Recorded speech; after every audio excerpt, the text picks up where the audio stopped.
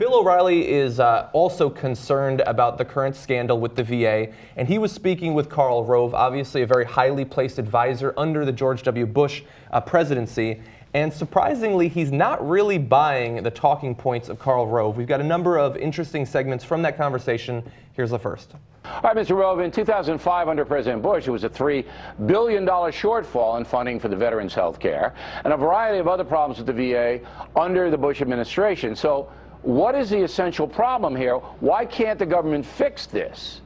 Our problem was different than the problem that the Obama administration faces. Ours was simply the issue of taking hundreds of thousands of people who had been waiting on average 230 days to get a determination whether or not they were eligible and covered by the VA and trying to reduce that. I wrote one note on that first clip, and it was that he begins it by, can you play the beginning of it and then just cut it off right away, like when you hear O'Reilly start to talk right after? All right, Mr. Rove, in 2005 under President Bush, it was a Cut it off. So he begins it with, all right, Mr. Rove, right? And right away I thought, Mr. Rove? Like, what deference has that fucking guy earned? Well, what would you call him? Carl.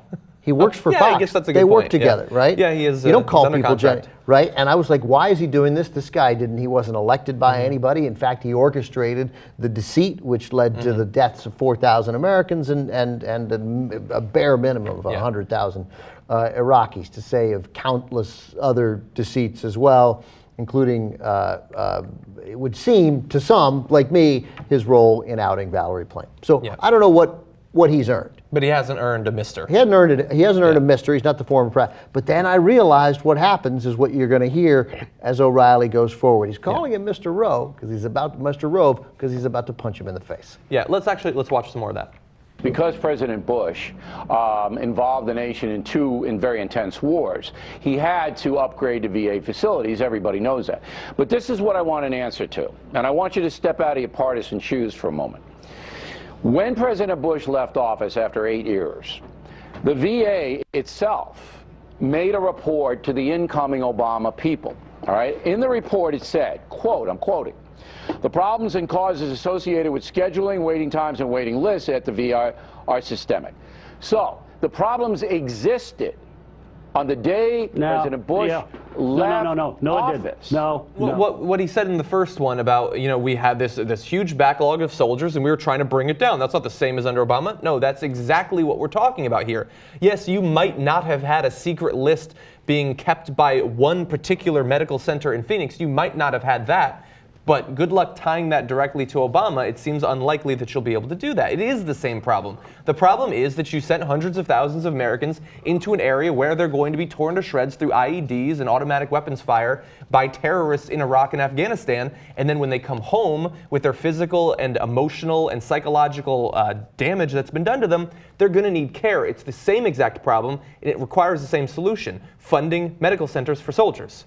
That's right. Yeah. Anyway. And funding and reworking the system you have. Yes, exactly. So it's updated. Bringing so you can bringing it in as Obama. The one good thing Obama said at the end of his speech: bringing it into the 21st century. Obama's remarks sucked, because I fear that this is an issue that it feels like the White House was slow on. Like when I read about it 10 days ago, 12 days ago, I'm like, this is going to be a story. Like, this is just going to be a story. If this is true, I didn't think it could be true because of what I said about Cenk before, that there's going to be some partisan aspects to it, but they needed to get out in front of it. And the way you get out in front of it is it's in Phoenix. You call John McCain and say, what Republican do you want on the panel? We're going to name a Democrat to lead this panel. You name the Republican. They're co-heads of this panel. They're going to have complete independence, and they're going to find out what happened, and we're going to make sure that we get the right people responsible. I just would have gotten out in front of the story in a way that I'm surprised. I don't know what I'm missing. Maybe I'm missing something, but the Obama administration didn't. This is veterans coming home from wars that we're fighting now.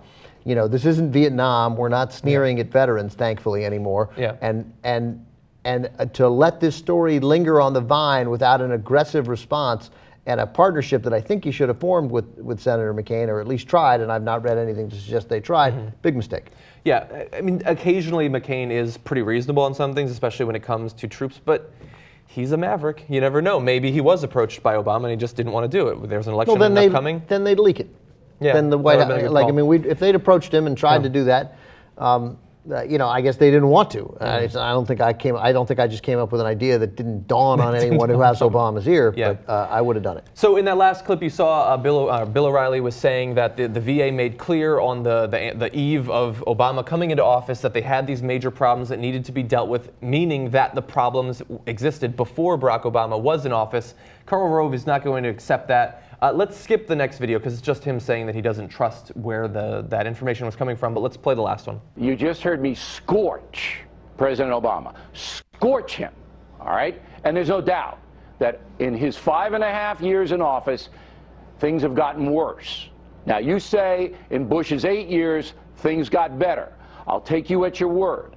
But the bottom line is that veterans in this country for 12 are not years... well treated. That's right. No, for 20 or 30 years. But look, we have a broken VA. We've had it broken for decades. It's more broken today, though, than it has been in the past. Yeah, well, the wait times have gone down over the course of the Obama presidency, and if it has been broken for 20 years, wouldn't it have been awesome, Karl Rove, if you had the direct access to the ear of the president for 8 years to do something about it? That would have been nice. Look, but the fact of the matter is the VA has almost certainly gotten better in the last 5 years, especially given the massive crush of new patients, the seriously ill and in need of help new patients that it's gotten as guys come, and men and women return from those theaters of operation. So this is a problem in Phoenix. It's a problem in Phoenix, maybe, and then there's a bigger problem. And the VA has an institutional problem, which everybody who knows and has written smartly about the VA knows, where it doesn't even have the capacity to recognize its own problems. Yeah. It needs a major overhaul. It needs major new funding. It needs a new direction in leadership and in how it's run. And I mean on the administrative level. And that's going to cost money. And there's only and they're not going to pay for it. Yeah. There's no way they're going to. Good luck getting that through Congress.